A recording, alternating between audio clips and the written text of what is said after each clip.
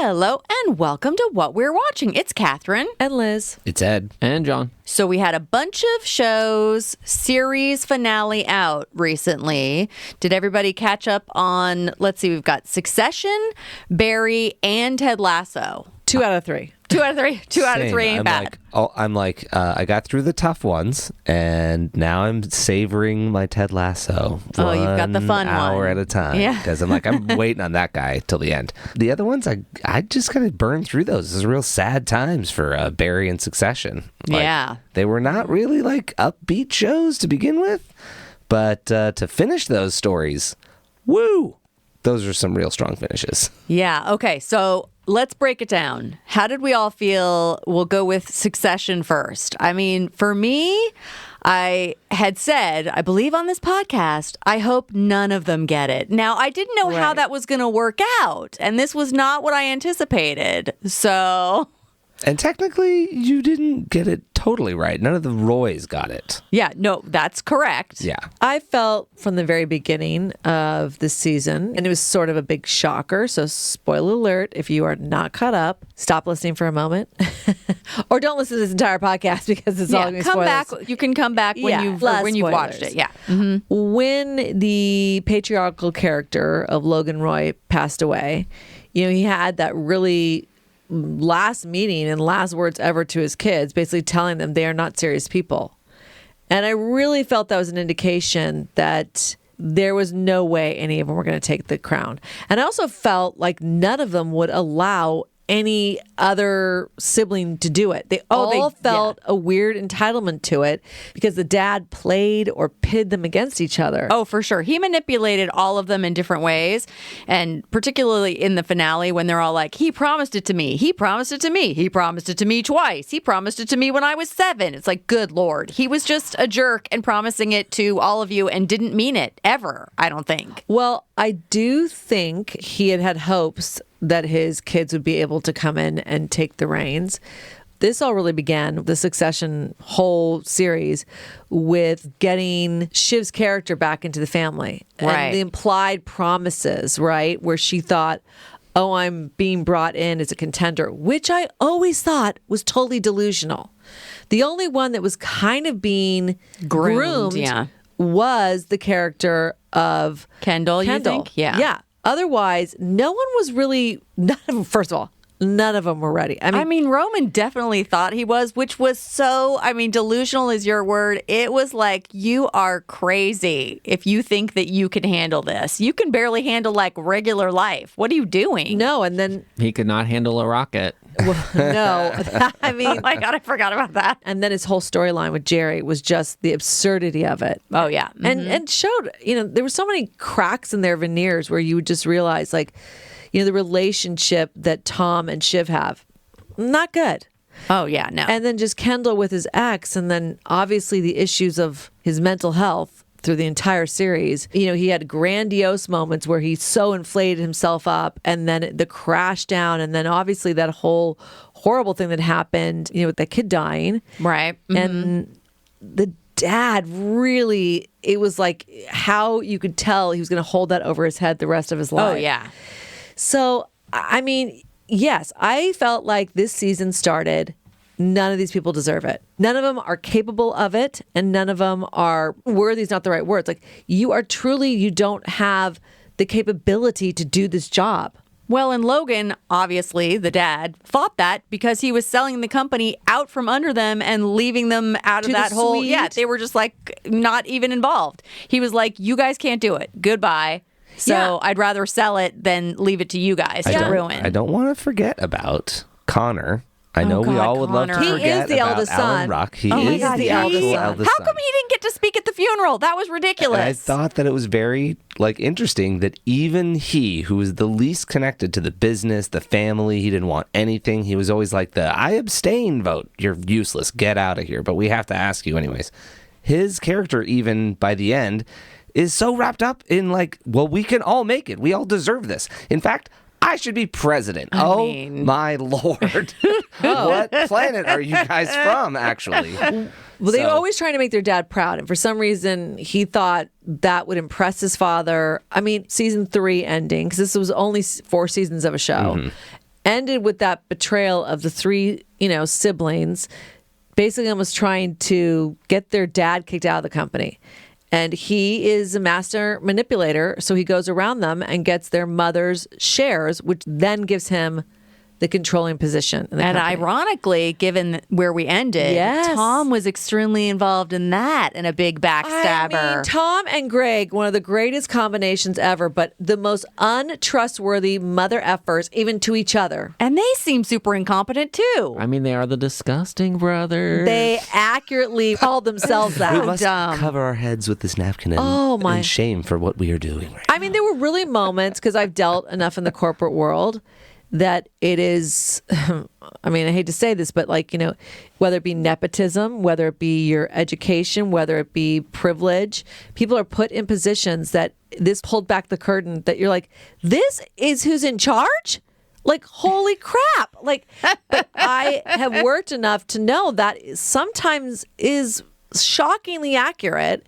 And, this was just this season when we came back after, that big season 3 ending, we're like, wow, they thought they were going to pull us over on their father. Actually, the betrayal of Tom, and the dad was able to pull the rug out from underneath of them. So season 4 started they're still kind of, it's the trio. Yeah, the Sibs. They're they really together, like yeah. were more the quads? yeah. The quad yeah. four? No, fours? not get quad out of here, yet. Greg. Not quad yet. Not the Didn't quad yet. Greg try and make himself in there? I was like, no, Oh, Greg. yes. Listen, I always think as a director, it's so impressive. And Jesse Armstrong, the writer, the show creator, first of all, the writing, I said, could you imagine as an actress getting the script? I mean, what the fuck? I mean, Shiv, what the fuck? I mean, Shiv, well, I don't know, Kendall. What the fuck, Kendall? I mean, it was like, could you imagine a whole page of what the fucks back to forth into each other? Because that was a lot of the dialogue. Yeah. Mm-hmm. And I was like, wow, I mean, just the pattern of language. But what was so impressive was tonally, he nailed awkward discomfort. Oh, yeah. Mm-hmm. Holy crap, some of those scenes. When Tom Greg, get in there and go find this out. And Greg just is so tall, he can never blend in. So here's Greg, who's 6'7" or where the hell he is. Hey, hi guys, yeah. So what's going on here? So do you think how's Logan gonna vote on the board? I mean, and they'd be Go in subtly and Never. ask them about this. And he's like, the most obvious way I could ask, not asking. If you had an answer, Oh, you my could say out God. loud. Or Greg trying to fire Did you people. That was Oh, just God, oh, I mean, yeah. when he gotta got- do it. We got to do it. It's a big day. when he hooked up with that girl in Logan's house. And then Tom told him he had to tell Tom is such Logan. a liar. I mean, it was just, talk about puppetry. Tom would just play Greg into these Well, he horrible was the positions. only one that he could control, right? So the Yes. only one Tom had any control over was Greg, and he was just diabolical about it and really dysfunctional because he was on the other end of it for everybody else. He's being controlled by Shiv, he's being controlled by Logan, but he can take it out on Greg. So like I was saying, you come back season 4, it seems like they're out of the company. The dad is on the path to sell the company. Yeah, it's almost hell-bent. And listen, done deal. They're going to be very wealthy from that sale to the point where they're basically thinking about launching their own social media platform. Right. They're going to pay $10 billion for that other media company. Right. And it's fine. Just make it a 10. Should we just make it a 10? Okay. All right. Twitter did this whole sort of thread. For some reason, Kendall was obsessed with Twitter and would often reference Twitter and all the Twitter references. For social media platforms, it's kind of funny. It's like Twitter, but it was Twitter. Mm-hmm. So they're going to buy a social media platform and, basically compete with their father, but on a much different scale. Because really, the Waystar is equivalent to Fox today. Right. No, the media company Huge. they were going to buy was more like a prestige news company, I thought. It wasn't really, yeah. And they were trying to figure out how they, most likely going to F it all up with all their definitely ideas. F it all up. And because, really what we had known from previous seasons was okay, Waystar has all these wings of the corporation. Right. The cruises, the cruise ships were a big thing. God. Wasn't Tom in charge of cruises? Oh, yeah, but then he almost went to jail Somehow for that it. didn't sink him. Yeah. And obviously the big, what is equivalent to Fox News type of TV station. Right. Mm-hmm. But this season also showed us some of their other divisions. Like, they have like the movie making, like all these things are like, God, are not even like doing that well. Like it just was fascinating to know like, okay, there's all these entities that the Swede wants to buy. Like it is a huge company. And we really thought, okay, the three Sibs are together. Right. Mm-hmm. The dad's going to sell the company. We can just move on from here. And they're going to have a lot of money because, the price seems to be like skyrocketing. So it was kind of nice, even though they had such an adversarial relationship constantly. I mean, the jabs, the like language back and forth with each other was like unrelenting, right? But there were like almost 2 episodes where you felt like it could they're going to be happen. okay. Yeah, they're gonna be mean to each other, but they're going to work together. And then they start the backstabbing. Well, and again. also maybe they have let this go where they And really, the pivotal moment, and like I said, this contains a lot of spoiler alerts, when the father unexpectedly dies, then it upends everything. I mean, they just shoved themselves right back in there like they never had walked out. Yeah. It was kind of shocking because, if I'm Jerry or Frank or some of the board members or long-standing lawyers and consultants on the company, it's like, what? Wait, I thought you guys were out. Yeah, this is not helpful, you guys getting back in the middle of this purchase, not merger, like acquisition, them being bought. It's like, get out of here. And then they, of course, tried to fuck it all they up. are not serious people. Because like I said, the last conversation the dad has with them is tries to sit down and says, like, we can make peace. I can sell this company. You'll have more than enough money to buy this other platform that you want to buy and launch it how you want to launch it. And, maybe we'll have some peace. Like, I think he had sort of resigned to his age, resigned to his circumstances, and knowing that, like, he had no heir apparent. So to sell it and move on and maybe, have a semblance of family left, that's that last conversation seemed to be. And they just, my God, they could never get the fuck out of their own way. Ever. So when he finally realized that, he really looks at them for who they are at that moment and does, the ultimate like analysis takedown in that one sentence, like, you are not serious people. I mean, that told us where the season was going to go, because then each episode, even up to that point, was only the length of like one day for, I think it maybe crossed over a little bit, but it was like one full day. I think except for this last one, because then the whole going to the mothers in Bahamas and spending the night. But otherwise it was like, one full day. So it's like, I think maybe like 1 week had passed from the time he died from when everything went down. Well, yeah, because it was all crunched together. It was like, oh, he's dead. Oh, we have to go to Sweden or wherever and have this weird meeting with the Gojo dude. Right. And then come back for the funeral. And then the board meeting is like right on top of that. And you have everybody at this point worried because the kill list, if the company's acquired, do I still have a job? Which some of the old timers, why do you even want one? Yeah, take the golden parachute. You are going to get a massive golden parachute. It's time to go enjoy yourself. Get out. But they were all worried. I mean, Carolina, like, you could just go down the line how worried everybody was. Jerry, Carl.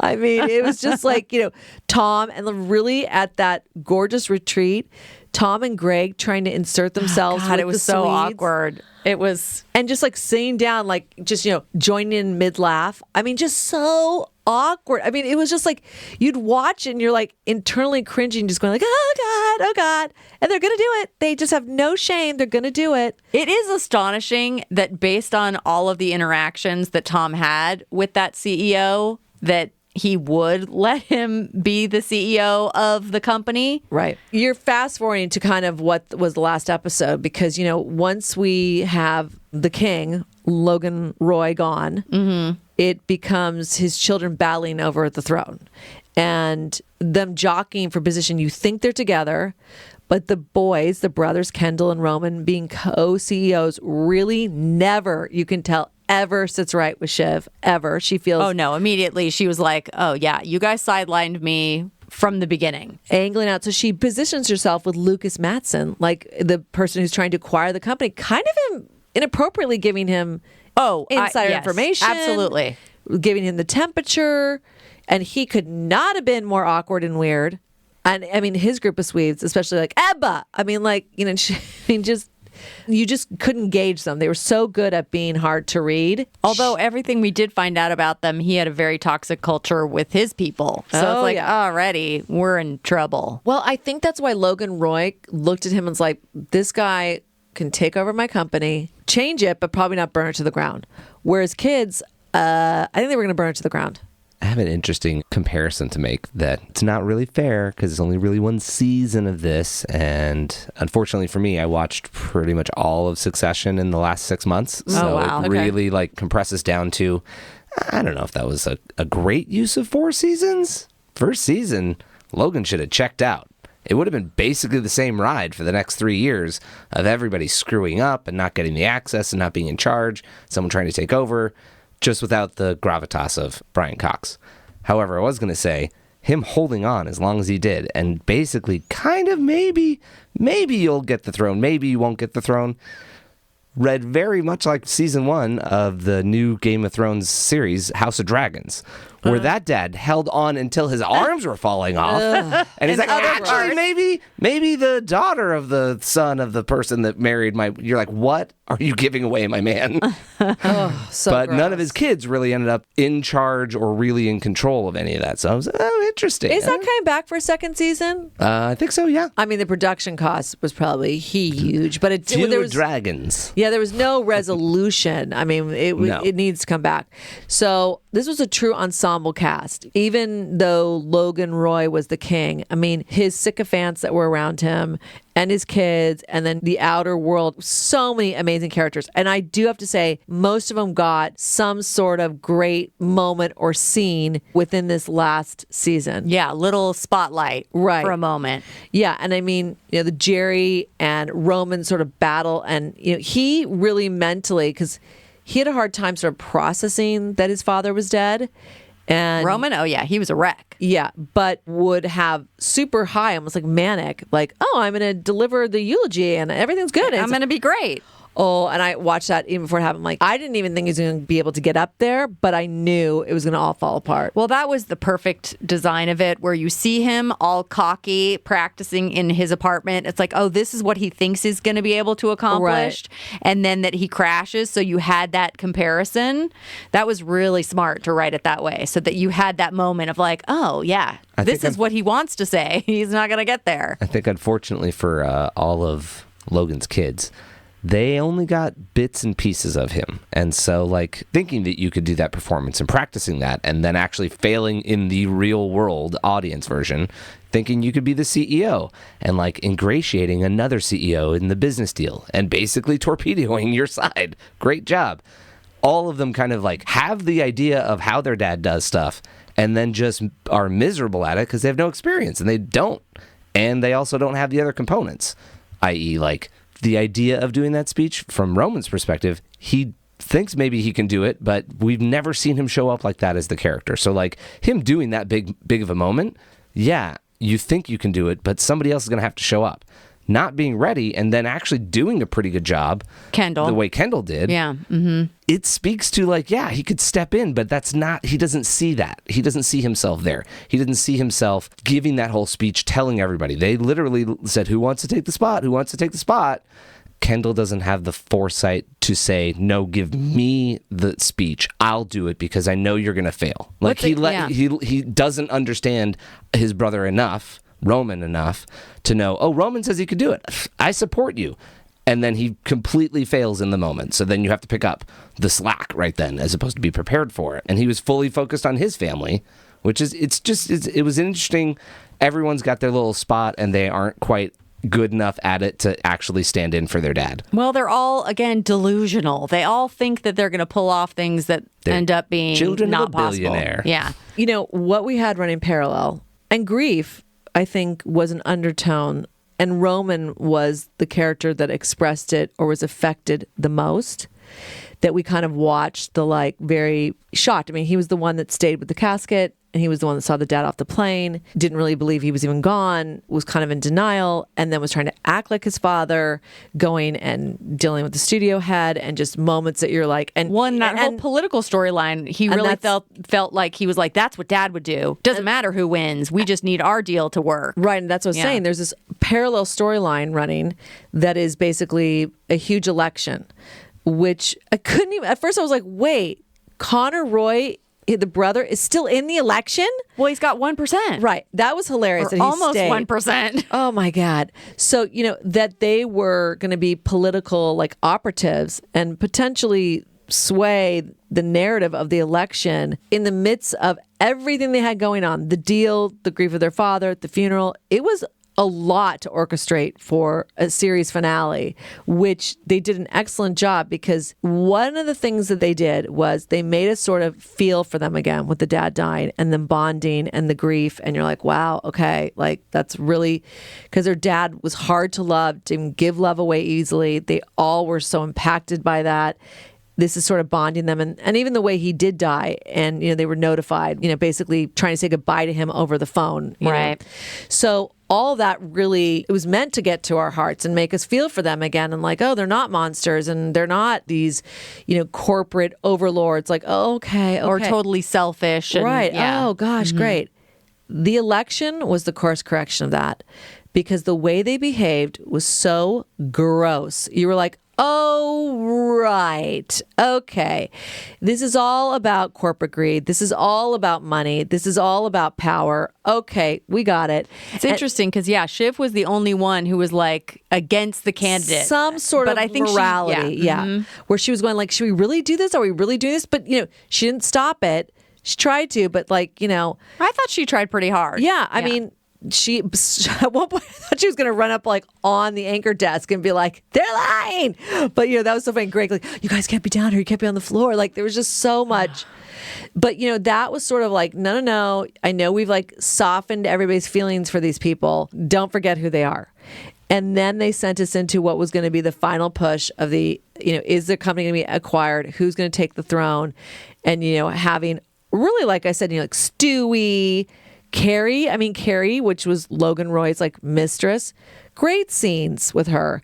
And I mean, oh my gosh, Marsha at the funeral, basically sitting with the ex-wife and the two mistresses. That was fabulously really cool. well written. And you have all these little Carolina and Hugo. You're like, oh, so you two are like actually not yin and yang. You're like trying to knock each other out. It's like, and there's that great scene with Kendall's assistant Jess, when they're walking down the street and he forces her to tell what the meaning on the books with her is about.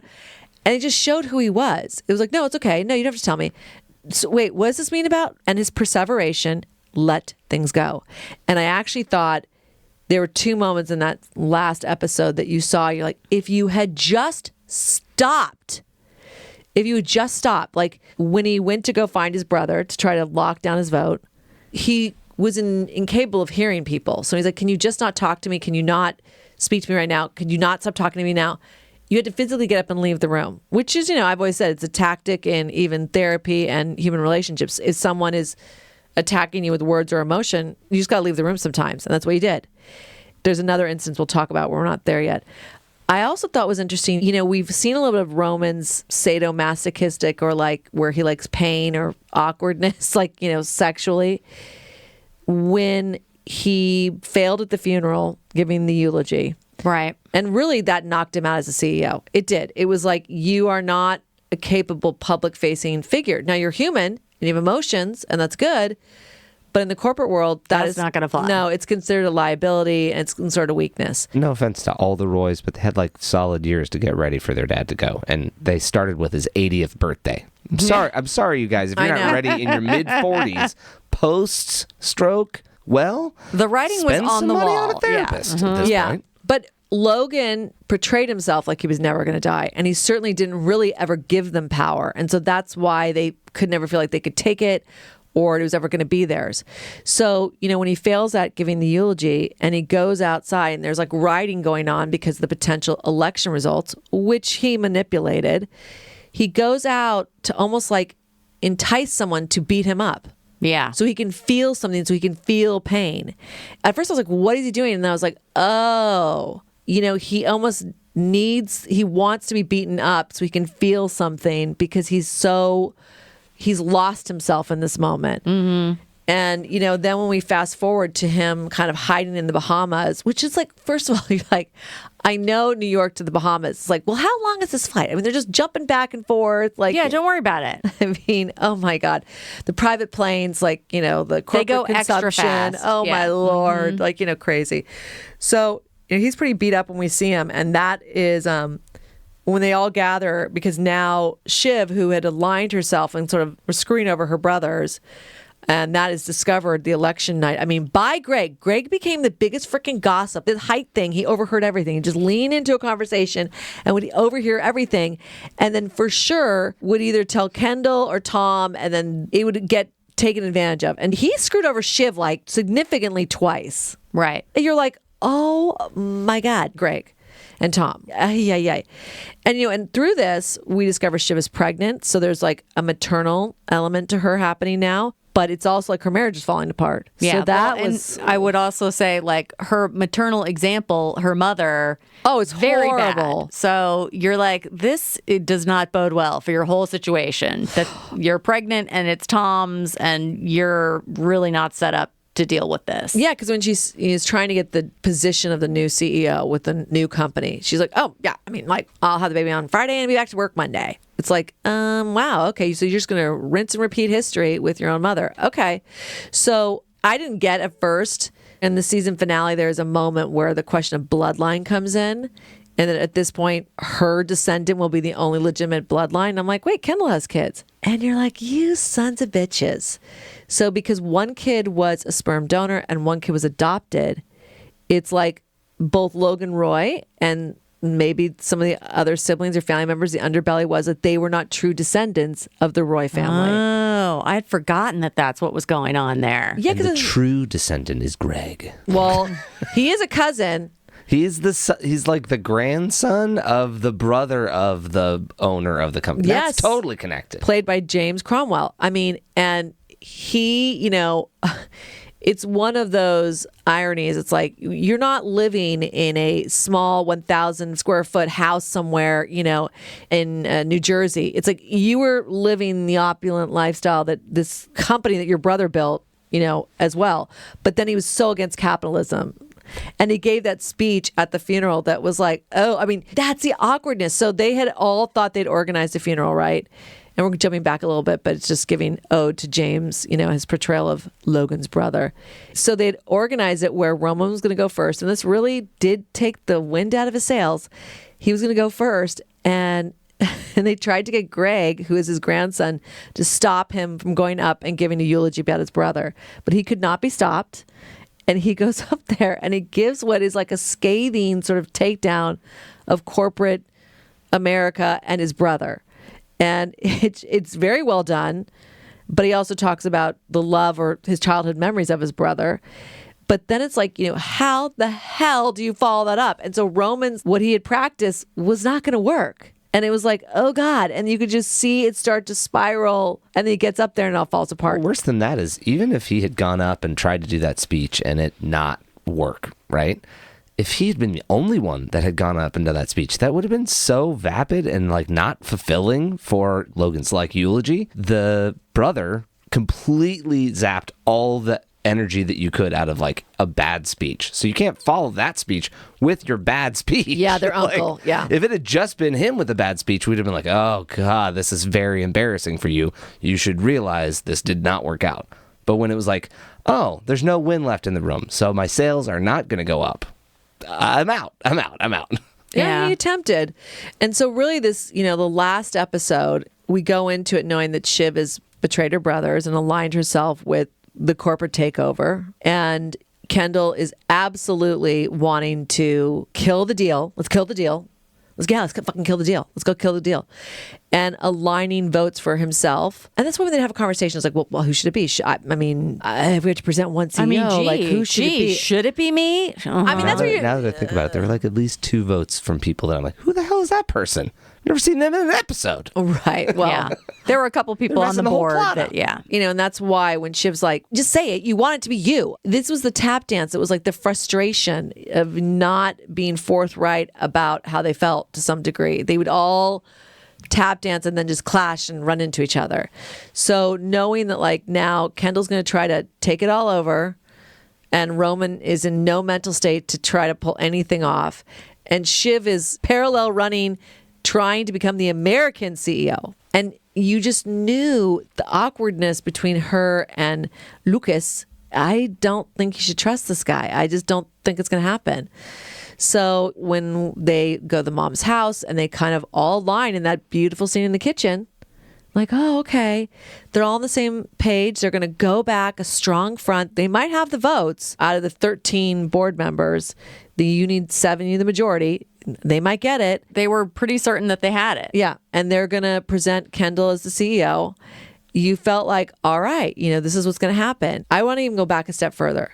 Once again, it's been like a whole day. So they just flew back from the Bahamas from their moms. And then they all go to their dad's huge townhouse to basically put stickers on things because Connor has to do it today for some reason. Well, that was a good excuse to This get is my them all final together. scene. You Yeah. guys have to come to the house for my final scene. Well, Connor and Willa, had bought the actual dad's home, which is probably like a huge townhouse, right in Park Avenue or something in New York.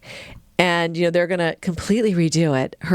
What was it like? Leopard print? Cow print couch. Cow print. I was like, woof. Woof. They did that to show like she quote unquote had no taste. So it's like, oh God. Oh, and then they're also going to spend some time apart.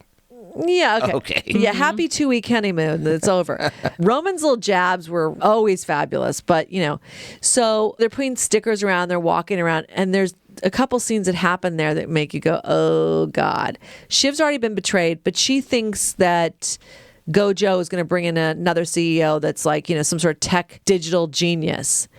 And the scene between her and Tom, which, we think might be her ex-husband, because even though she's tried to make a little amends with him the day before, it didn't seem to go well. And he knows she's pregnant, and he doesn't seem to, they're not jumping back in immediately together. Yeah, no. He comes up to her, and he already knows because he's had this dinner the night before. When they're on the Bahamas, he had this dinner, what was it called? A temperature meeting, Vibe hang? a vibe hang. A vibe hang. Which Greg and Tom have no vibe. So you're like, oh my God, it's the vibe hang. Basically, Lucas says, like, I don't think I can have Shiv as my CEO because I want to fuck her. And so why don't I get the guy that fucked her and put a baby in her to run my company? I mean, the blatant misogyny, Oh, my God. craziness. It's like, well, yeah. And of course, he was Tom's never like, going to let her do it. "Oh, Yeah. Wow. Well, yeah. His thing when he Put goes, me wherever you'd like me. I gotta say, I can't quote it now, but when he says, well, like, tell me, describe your position for me. I went, oh my God, it's gonna go off the rails. It was brilliant in the most corporate generality, like, I can juice up the revenue, I can cut the fat here, I have a high propensity for pain and tolerance. It was so great, his speech, because it was exactly who he was, but it's like it made him sound like, because from the outwards appearance until that election night, it almost seemed like he never did anything. So it was like, oh, wait, like he actually does think of himself in a very corporate business way. Well, he thinks he's effective at doing jobs. I think the most telling thing is that the day before, Shiv said to that CEO that he will suck the biggest dick in the room. And that is the truest statement of Tom. He is going to kiss who's ever asked. He's going to kowtow. He's going to bend over backwards. He's going to make himself small, unless it's with Greg.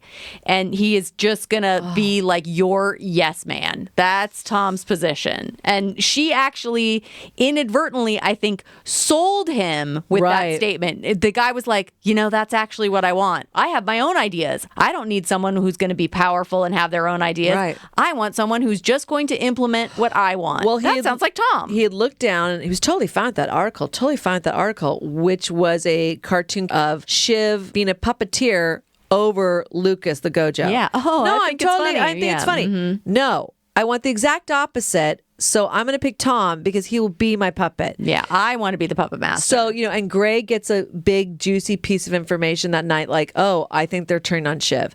But Greg only had the Shiv bit of information, right? I mean, he didn't know about Tom. That's why that's all he shared with Kendall. And Greg, if he had anything else, because he wanted to be in the quad, he would have said it. And he has no problem blowing up family dynamics right and left. So he would have ratted Tom out in 2 seconds. So then when we go the next day to this townhouse, they're all a united front. They are the Roy family. They're going to go in, we're going to fuck it all up. We're going to tear this all down. We're going to F up the deal. So they're going around putting stickers on things, and you have these moments that are happening. Connor has with Willa, like his last sort of moments about, oh yeah, I took the medals. Like, it's reminding us like he is the eldest son, because that comes up later. Like he is the firstborn. And then they have that moment where they walk in and see that videotape playing of Logan with the really core members of his team. No child is there except his firstborn. So it's reiterating the firstborn element.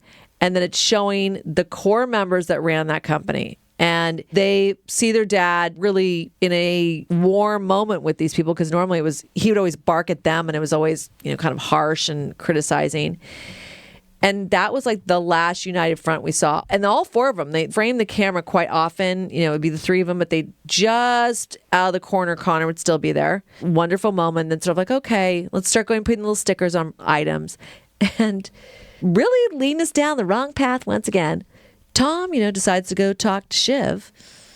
And he knows he's basically been promised the CEO position. So to walk up to her and be like, so yeah. And that's the thing. Most sentences were never full sentences ever in the conversations. So yeah. Yes. Not me. No, not you. I mean, like, it was so, like I said, I can't even imagine.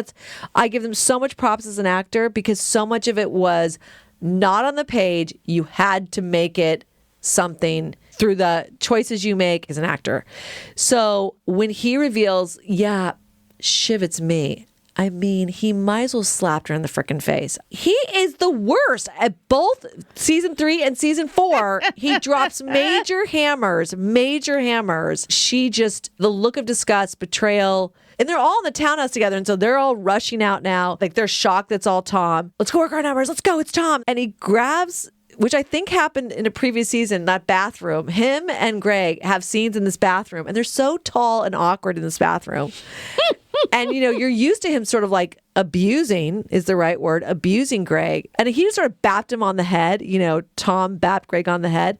And the Greg came back with like a full face slap, the slap that was heard around the world. I mean, it was so shocking and good. And then they had the most classic wrestle fight, like just grabbing each other's suit jackets. You just hear their fancy shoes sliding on the floor. Yeah. No grip. Mm-hmm. Slippy. Yeah. Mm-hmm. And then of course, right back to, you're fucked. You are fucked. You are so fucked. And I'm like, I mean, that's where I was like, if you drank every time they said the word fucked, you'd be so fucked up. You'd be fucked. You would be blackout drunk. I mean, it is insane. And then you thought, oh my God, is Greg going to get screwed by everybody? And you bizarrely root for him because, there were moments that, you thought he was going to go with the more moral, like his grandfather, and leave the Roy family, but he never did it. He stayed with his uncle and just tried to insinuate himself in this family. I mean, although they never really totally accepted him. It was totally insane. No, he was definitely painted as an underdog, but he was so spineless. I mean, doesn't he selfish and he just has a couple shares, right? He has a couple shares. I don't even, does he have anything, John? I do not know. I mean, remember at the beginning, he was working at the theme park as not anything important. I know. And then there was a saying where well, you might be disinherited if you don't take your grandfather's side. And they're like, oh, you'll be disinherited $4 or $5 million, the poorest rich person ever. They're mocking him. And I'm like, well, what's the upside of him staying? Does he have equity? Does he have shares? I don't know if he was ever given any of that except his highest paid salary for an assistant ever, $200K. They get shoved his. Tom is such a bastard because he's like, oh, we're gonna have to make cuts. Oh, you're gonna get busted down. You're gonna wait 80K. How are you even live in New York? You're gonna be okay, but you're the money. I mean, and that is not even true. You're like, oh my God, so awful.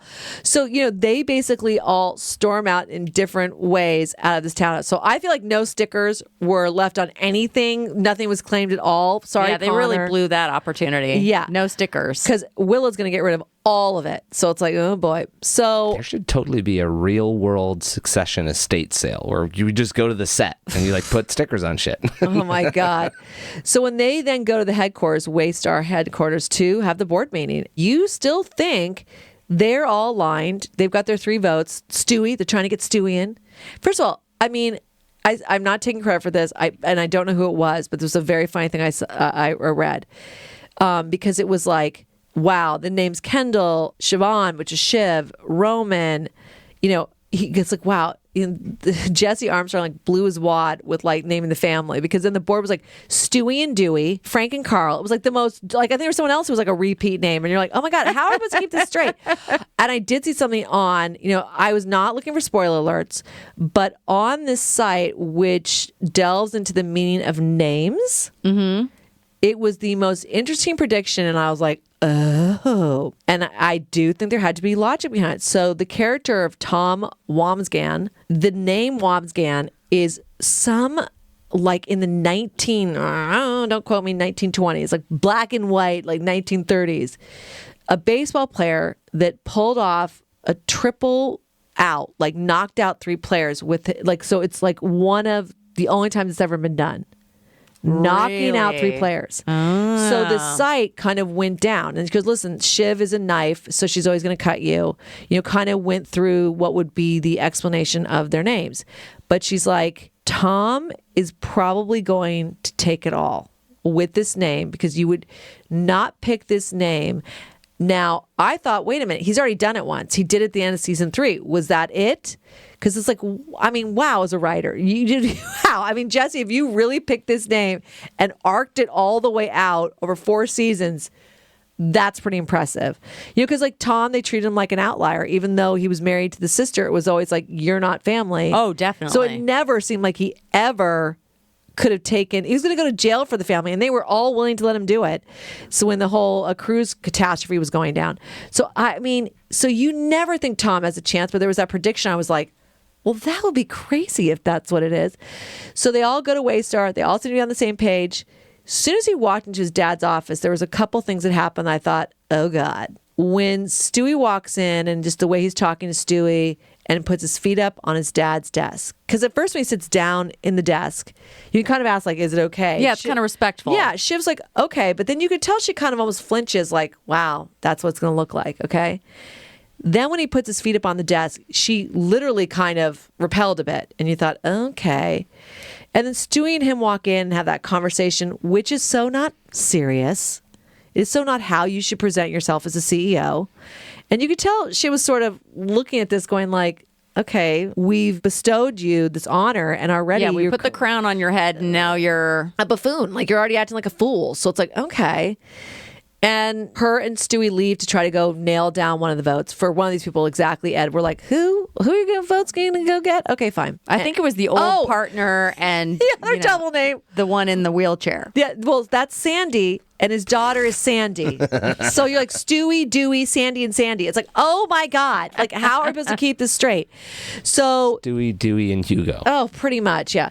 So they go off to try to nail down another vote. And that scene with Roman and Kendall, where really Roman's once again, like, being in his dad's office, seeing Jerry out of the corner of his eye, start to have basically a panic attack. Oh, yeah. He was melting down. And that was so interesting, because there was another moment where I watched the whole thing again last night, because there were things I read online. I'm like, really?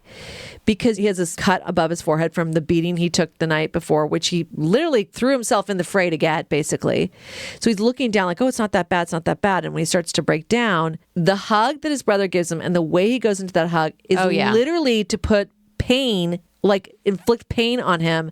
And it's almost like he knew his brother needed it and accepted it. And that's why, the F-bombs. I mean, sorry for people who have sensitive ears to this. It was like, fuck, oh, fuck. And then now watching the second time, it's like, oh, he purposely was allowing himself to be hurt again to like almost calm him down or to find his center because he was about to completely spin out and leave. Remember, he's like, I gotta leave. I gotta leave. Yeah, I'll call in my here. vote, which that's not going to So happen. literally Kendall like took control of him and basically it was almost like cutting. It's like, it's awful, but for some people, that's like their calming mechanism. So that was like watching that dynamic, especially a second time, you're like, wow, is that really what was going on? I think so, but God, it was subtle, and God, it's disturbing if that's what it was. I mean, and it's not something you can go bullseye, so it's conjecture. You're like, I think that's what it was. I'm not really sure, but you read the online theories, and you're like, and then you watch it, maybe. It's not as extreme as it sounds when you consider Kendall's character did every drug that you could think of. Self-abuse. In that series. So there's a mental health conversation that's happening where you deal with your pain in one way, I deal with my pain in another. Mm-hmm. Yeah, I mean, even because in the end, Shiv is like, her relationships were so challenging. And it was like the combativeness, I mean, the horror of her relationship and, the idea of like still wanting to be in it is like, oh, you're inflicting pain on yourself that way. It's like, okay, so all of them had sort of like elements that were so unhealthy in their lives. So you're like, oh my God.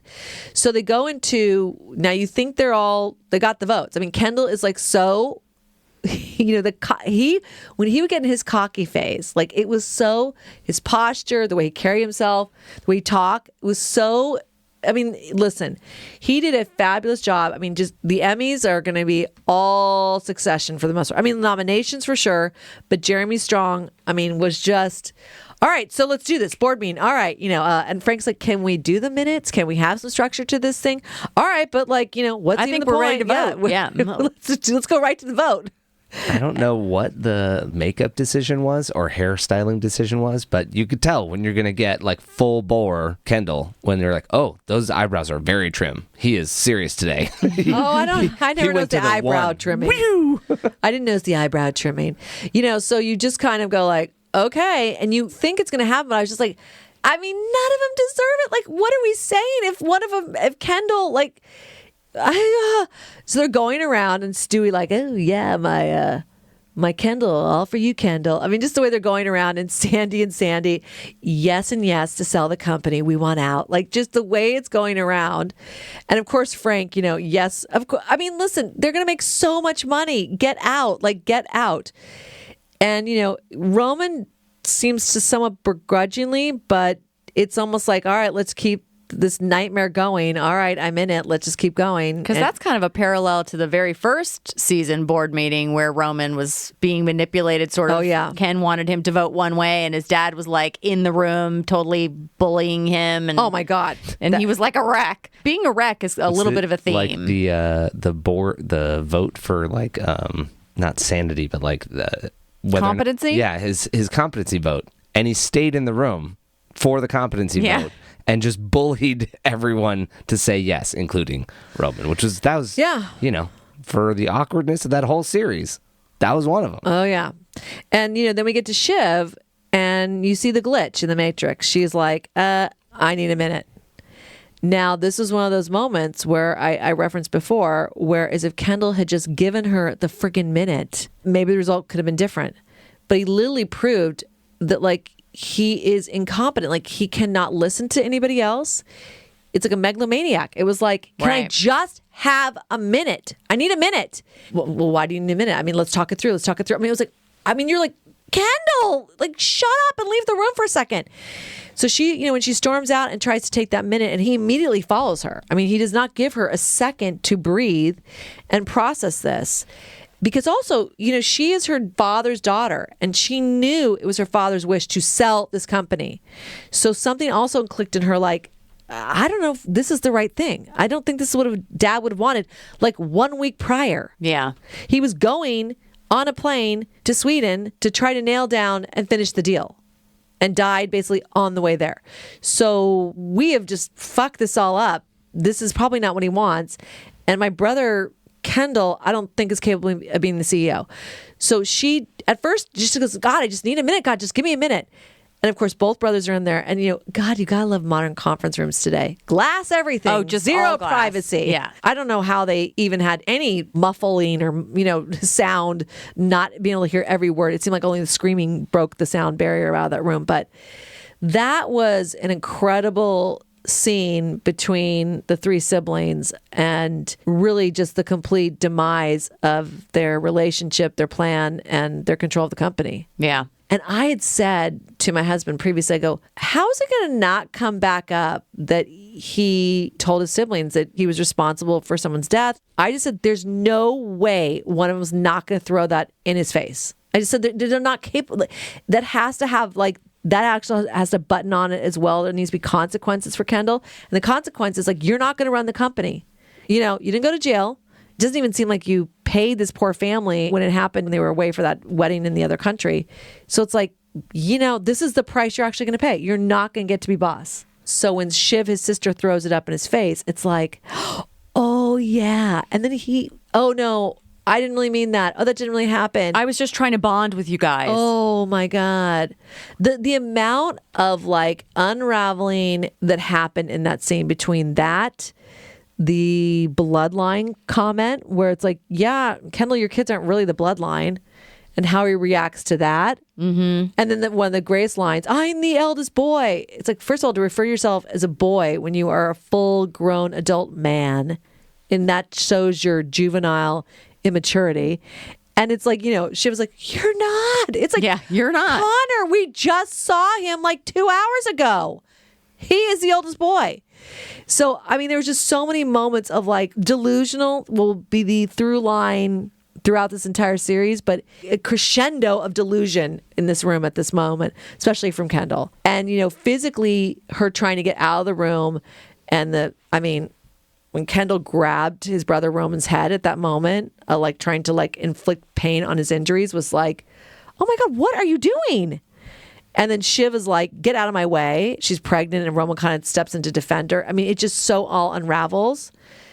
And you didn't know because they obviously took one or two other board members' votes once Shiv left because they have little scenes. Listen, this is where I love closed captioning because they'll do comments that are practically thrown off screen or not said as kind main of in the dialogue. Mm-hmm. So there were moments that Frank is well, no, because someone would go up and say, it would basically go up and well, what's going on? What's going on?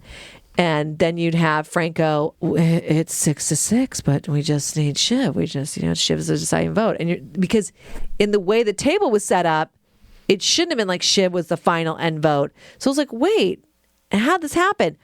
They went and took the two other, or whoever was left in the room, they got their votes, tied it up 6-6. So Shiv really then was the deciding factor.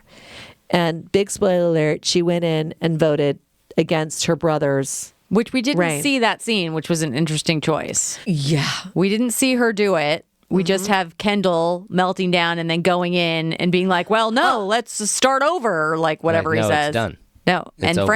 Frank is no, it's over, Ken. It's done. You don't have the She votes. voted and And then the music kicking in very soon thereafter, then you just have that classic Kendall shell shock walkout, which he's done multiple times in this series. He's gotten kicked in the nuts a lot. So he just looks like he's nauseated, shell shocked, and just walks out like a zombie, walks out. And you see Shiv standing in the hallway and Roman's still there, because he bookended his dad, we're not serious people. He then says, we're bullshit. We are bullshit. We're all bullshit. This is bullshit.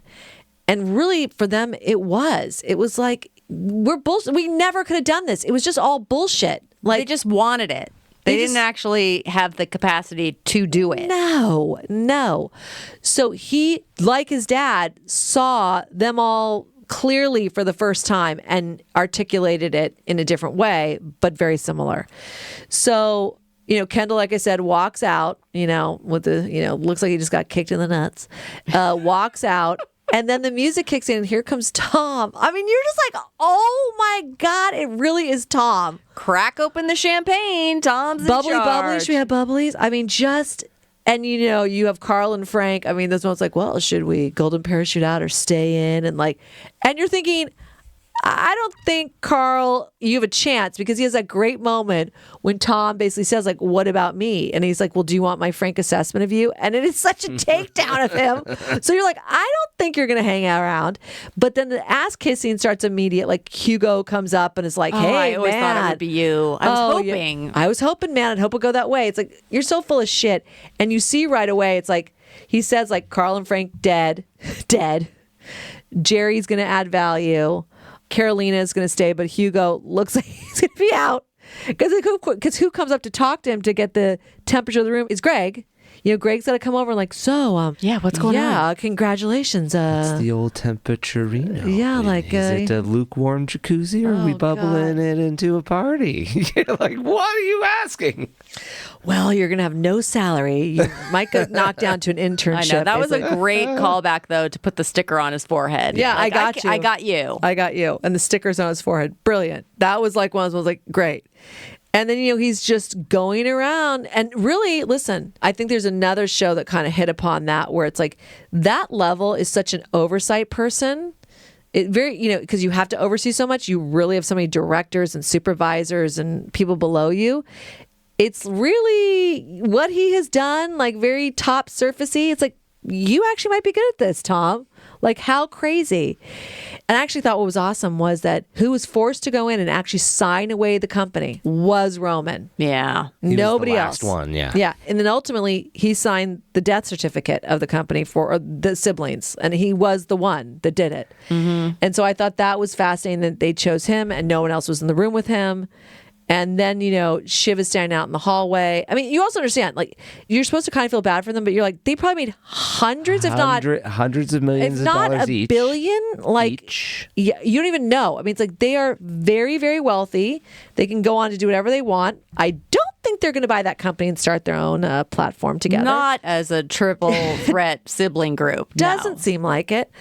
And where we're left is like, you know, that classic Kendall walking very shell-shocked, now with his father's basically bodyguard standing behind him. So it's really like, oh, wow. Like, and he's really lost because he has said, like, I don't know who I am if I don't have this job. If I'm not doing this, I don't know what I will be.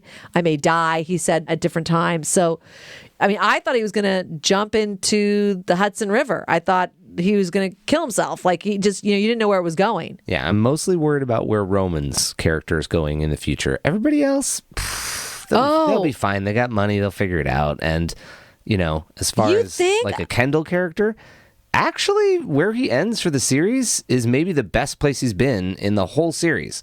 He's out from under the entire thing that he's been fighting his whole life. You watch him struggle with all of these things, and he never resolves any of it. All of that pain is still inside of him. All of that trauma and the losing his dad, everything that we saw him go through, he didn't achieve anything. He's reset. He's back to where he started.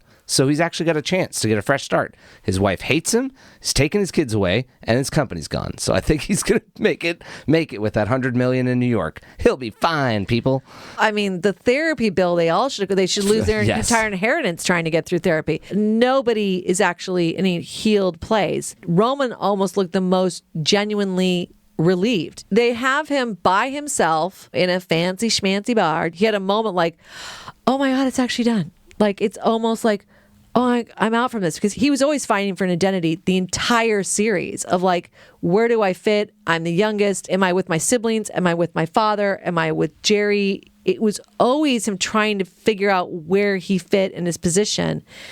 And so I think when he took that sip and had that little smirk or smile, it looked like a sense of relief. So you kind of went like, okay, but yes, I mean, all of them need massive therapy, whether or not they'll get it or not. I mean, their mother would like eat her cubs. I mean, like they have had no parental warmth or love their entire lives. And he's like incapable of having a normal relationship. We saw that the entire season.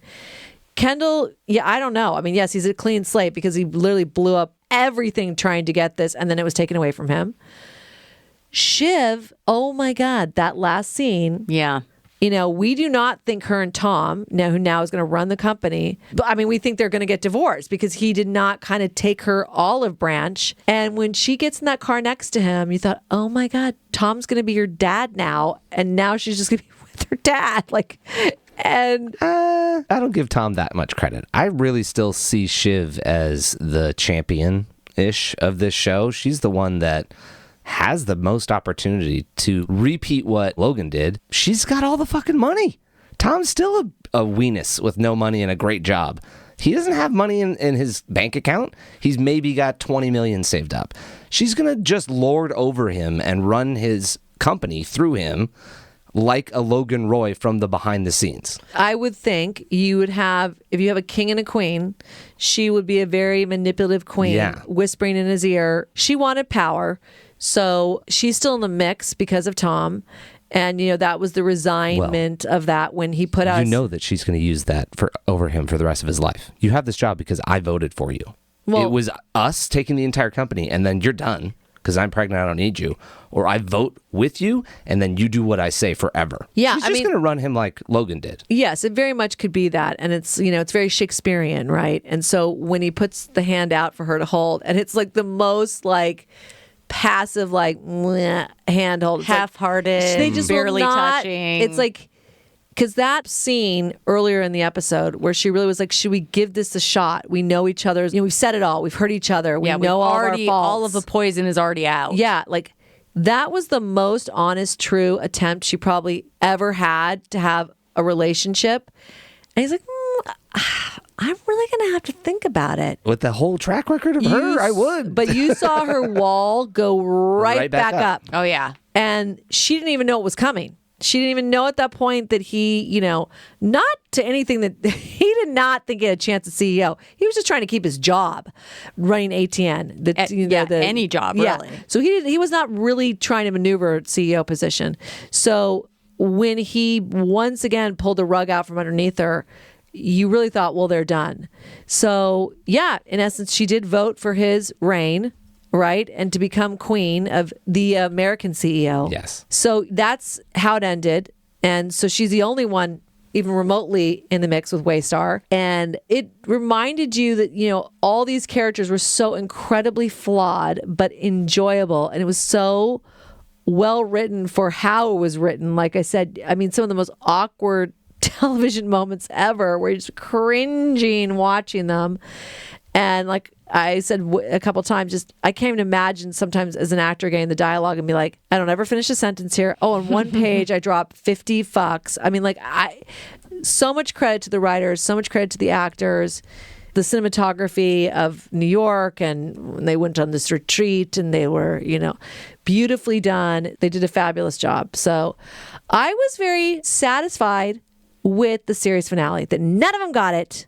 And I could not believe that woman had predicted it based off of some former baseball player from the 1920s. That's pretty amazing. Yeah. In the back of my head, I'm going, that can't be right, but I think it's going to happen. So just a reminder, though, season 1 through 3 are in about 9 months, and then they skip 3 months, and then the last season is about 10 to 11 days. So the whole series is about a year and 2 weeks shaved. Then, Ed, it goes back to no, he wasn't long to live. Nope. So it was a kind of a fast pace. And he, when he realized that he had to take care of his true love, Waystar, and put it in the right hands, it was very fast paced to try to get that done and get his kids out of the way.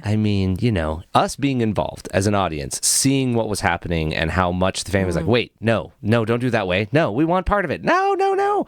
The first episode, he was like, and you're out and I'm selling it. Sorry, I just wrote you out of the speech right now at my 80th birthday. And everyone's like, what just happened, Dad? We thought we had a system. So I think he was ready to already give it away. But we're getting in on the kids finding out that they're not getting it for 4 seasons. That was rough for them.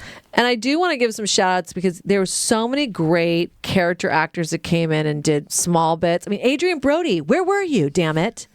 Justin Kirk as the president, Holly Hunter, Cherry Jones was great. Oh, yeah. Stephen Root, Danny Houston. Larry Pine, did he ever even mumble a word to Sandy? I don't even know, but he was fabulous.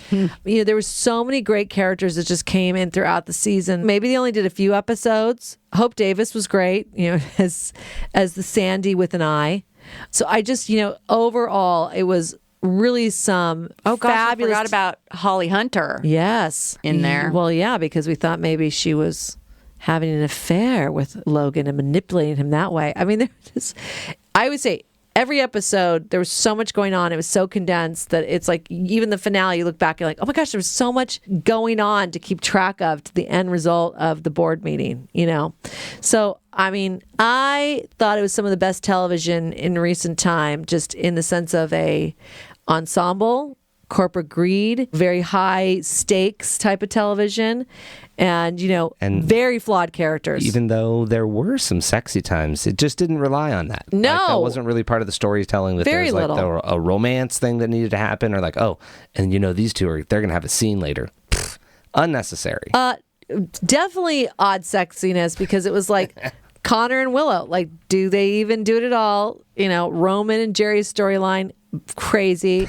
You know, so this is one of my theories with a lot of television today. It's like the anti-hero. You almost can't root for any of them, but they're so despicable. You find them entertaining, appealing, and you'll go on the journey with them. And it's really a testament to the writer that they can balance it enough. Because listen, if we'd started off with that election episode, I don't even know if I could have handled it the whole season.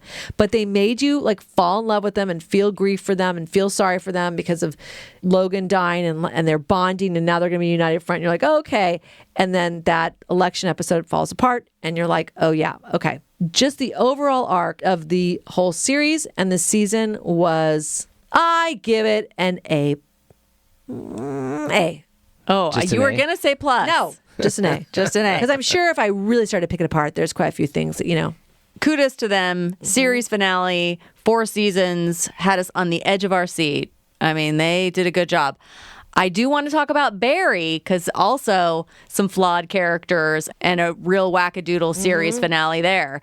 Oh, yeah, of course. We do need to talk about Barry. But we've really talked a lot tonight already about we Succession. talked a lot about So maybe Succession. we should break it up. Let's break it yeah, up. there you Let's go. break it up. Let's this break will be up a Barry, two-parter. yeah. That's a good idea. Okay, Yeah. let's pause on this episode, Right. and we'll drop an extra episode that's just Barry. All about Barry. All right, all about Barry. Okay. A very special episode. A Barry okay. special episode. Okay. So we're stopping here, and we'll have a new episode right around the corner. So please follow us on all of our social media at Podcast Watching, and thank you for listening to What We're Watching.